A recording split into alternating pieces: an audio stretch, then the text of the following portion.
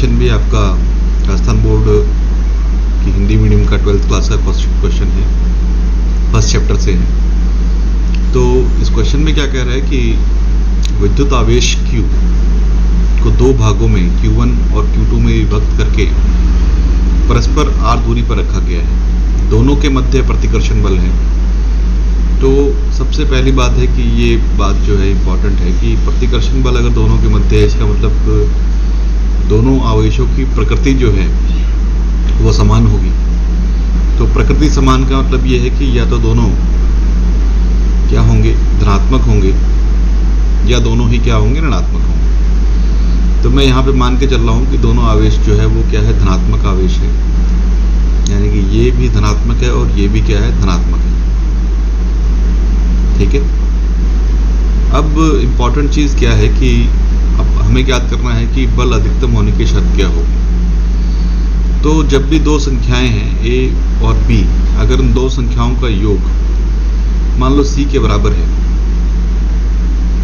ठीक है, तो जो शर्त है इसे आप नोट कर लें थोड़ा सा। तो अगर दो संख्याओं का योग निश्चित है, नियत है, फिक्स है, तो दोनों संख्याओं का गुणनफल जो है वो अधिकतम कब होगा, वो अधिकतम तब होगा जब A और B दोनों क्या हो, बराबर।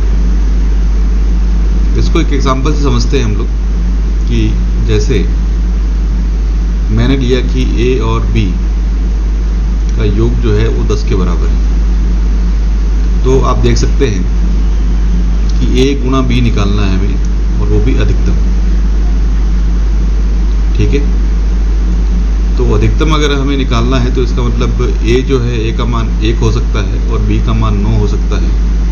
तो इनका गुणनफल कितना आया, 9। इसका 2 हो सकता है, इसका 8 होगा। अगर 2 होगा तो A का मान, तो B का 8 हो जाएगा, तो ये आपका 16 आया। अगर ये 3 होता है तो ये इसको 7 होना पड़ेगा, ये आया आपका 21। और अगर ये 4 है तो इसे 6 होना पड़ेगा, तो ये आपका 24 आया। और अगर ये 5 है और दोनों अगर बराबर है तो ये आपका मान, इसमें आप देख सकते हैं कि ये जो मान है यही क्या है, अधिकतम है। इसका मतलब क्या हुआ कि A और B दोनों बराबर होने चाहिए, और इनका मान किसके बराबर होना चाहिए, C/2 के, है ना। यानी कि A और B बराबर हो, और C/2 का मतलब क्या हुआ कि 10/2, यानी कि कितना हुआ, 5। तो दोनों बराबर होंगे, उसी अवस्था में इन दोनों का गुणनफल जो है वो क्या आएगा, अधिकतम आएगा। अब इसी बात का उपयोग करते हैं कि हमें जो दिया हुआ है वो दिया हुआ है कि ये जो योग है ये किसके बराबर है, आपका Q1, और Q2 का योग है वो Q के बराबर है। इसका मतलब Q1 बराबर होना चाहिए Q2 के, क्योंकि बल जो है वो दोनों के गुणनफल पे निर्भर करता है। इसलिए गुणनफल कब अधिकतम होगा, जब आपका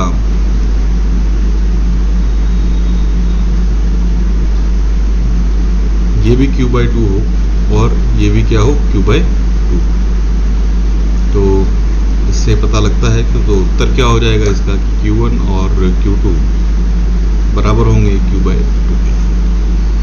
तो आपको जब भी कोई क्वेश्चन अगर, क्योंकि अब मैं थोड़े दिन में एक फैसिलिटी हम लोग शुरू कर रहे हैं, उसमें क्या होगा, जो भी प्रश्न आपका डाउट होगा तो आप व्हाट्सएप नंबर पे, इसी नंबर पे जो व्हाट्सएप कर दें तो आपका डाउट सॉल्व हो जाएगा। और प्लीज़ आप इन चीज़ों को ज़्यादा से ज़्यादा शेयर करें और सब्सक्राइब करें, ताकि इससे हमें मोटिवेशन मिले और हम आपके लिए और भी अच्छे वीडियोस बनाएं। Thank you.